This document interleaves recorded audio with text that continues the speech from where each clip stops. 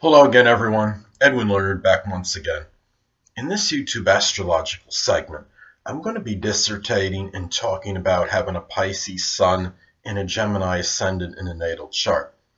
Now, these signs are square by sign. They are incompatible. The one thing they have in common, though, is that they're both mutable, suggesting adaptability. They're both very pliable, but they both can both be somewhat vacillating and ambiguous and indecisive and ambivalent. Those are the things that are what they have in common. However, there is a strong contrast between the two. Sun in Pisces is a feminine sign. It's introverted. Pisces can like their time alone, their solitude, their seclusion, maybe some introspection as well. Pisces can be very dreamy and can be somewhat relaxed. And you have a Gemini Ascendant who could be, being a masculine sign Gemini, could be very extroverted, sociable, gregarious, could be very vivacious and lively and animated. Gemini rising will likely bring the more introverted Sun in Pisces out of maybe that introverted state, so to speak, and will be more more sociable, more outgoing, and this combination can be one that could be rather changeable, of course, and perhaps fickle to some degree because they are both mutable signs, and you have in these two signs, you both have two signs that can have that, as I stated before, the ambiguity. You might have certain indecisiveness, and there's a little bit of confusion, I think, with this combination. Now, you have the Sun in a natal chart can represent our basic ones, while the rising sign or ascendant can represent the manner or method in which one attains these basic ones. So, with the Sun in Pisces, well, the basic ones can be connected perhaps with dreams, their ideals, things with self-sacrifice, fantasy, even things connected with escape. And I'm not saying that in a derogatory or derisive manner. Escape meaning maybe that their solitude, their seclusion, kind of their way of getting away from the outside world to some degree, and perhaps also things connected even with spirituality or the metaphysical in some cases.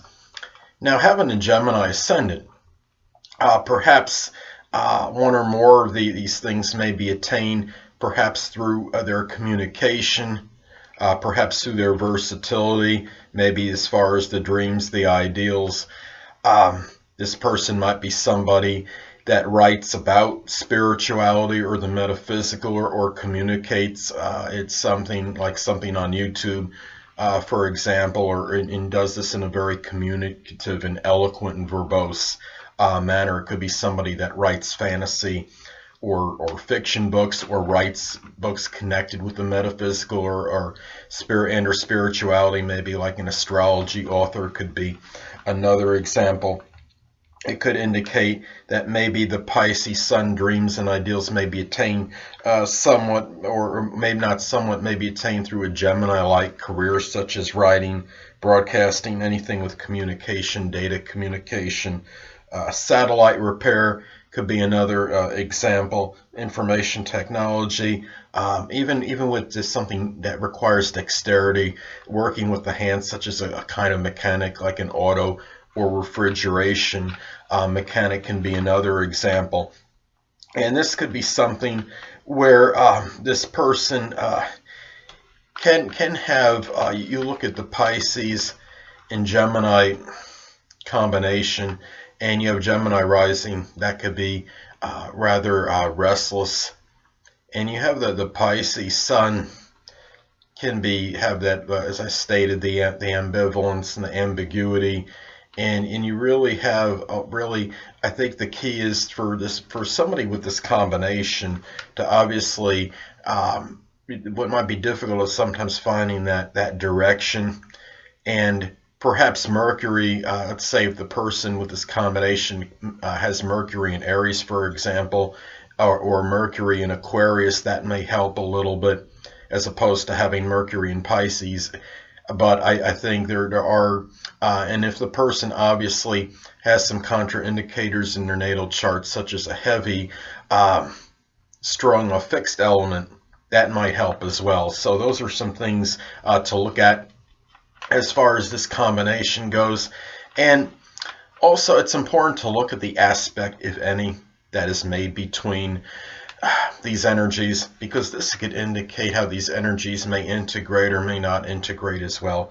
Now, they are square by sign. In many instances, you will have the square aspect. Let's say somebody has the Pisces Sun at 13 degrees, and they have a Gemini Ascendant at 12 degrees. Well, that would form a square aspect. They're square to begin with, and they're incompatible as far as the energies go.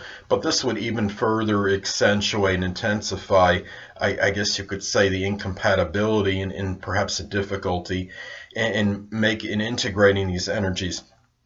And if this person, even if this person is not cognizant of his or her astrological placements, it could indicate that this person might feel somewhat misconstrued or misunderstood by others due to the fact that what they're projecting outwardly may be strongly different than what is going on inside. On the positive side, you can have an out-of-sign trine or sextile aspect take place, which is positive and auspicious.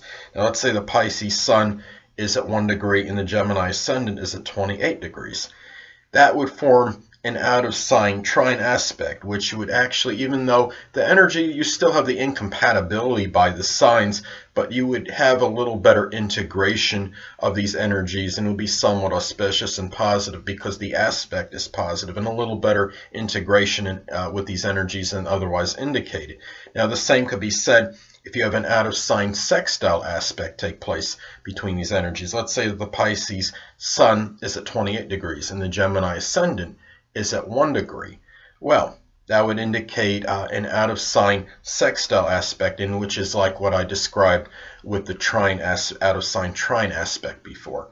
So, also look at the house placement of the Sun in Pisces, as even though the Gemini rising may somewhat suppress the Sun in Pisces energy to some degree, the Sun in Pisces energy may still come out at least somewhat prominently in that particular house that it's posited in.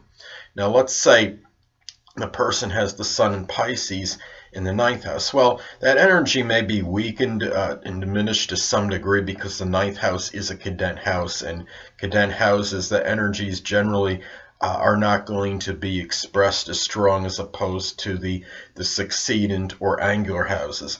But however, the Sun in Pisces energy may come out, the idealism and perhaps maybe that dreamy side, even that strong sensitivity might come out in matters connected with higher education, with in-laws if applicable, perhaps with long distance traveling. This could be someone that likes to take many voyages by the sea. Let's say that the Sun in Pisces is posited in the 10th house. Well, this might emphasize and accentuate that Sun in Pisces energy because the 10th house is an angular house, and the energies can come out a little bit more prominently in the angular houses as opposed to the other ones. And this idealistic Pisces energy and that compassionate side may come out strongly, perhaps in matters pertaining to their career, their livelihood, and perhaps in matters connected with authority figures as well. Now, if the Sun in Pisces is posited, say, in the 11th house, well, that could indicate that that Pisces, the dreamy Pisces, that the idealistic side of Pisces, that even maybe an empathic side, that strong intuitive and emotional sensitive side might come out in matters connected with friends, acquaintances, higher aspirations, and goals. Well, anyway, people, that'll conclude this YouTube astrological segment for having the Sun in Pisces and a Gemini Ascendant in a natal chart, and stay tuned next time where I'll be dissertating and talking about having the Sun in Pisces and a Cancer Ascendant in a natal chart. Two things I want to get with you on before I head out. Firstly, the stars may impel but do not compel. And secondly, never isolate any single astrological element, aspect, planetary placement, position, configuration, influence, or what have you, and make an analysis of a person, astrologically speaking, based on this alone, because astrologically speaking, the person is the sum of all their components in their natal chart and not just one. Until next time, people, stay well.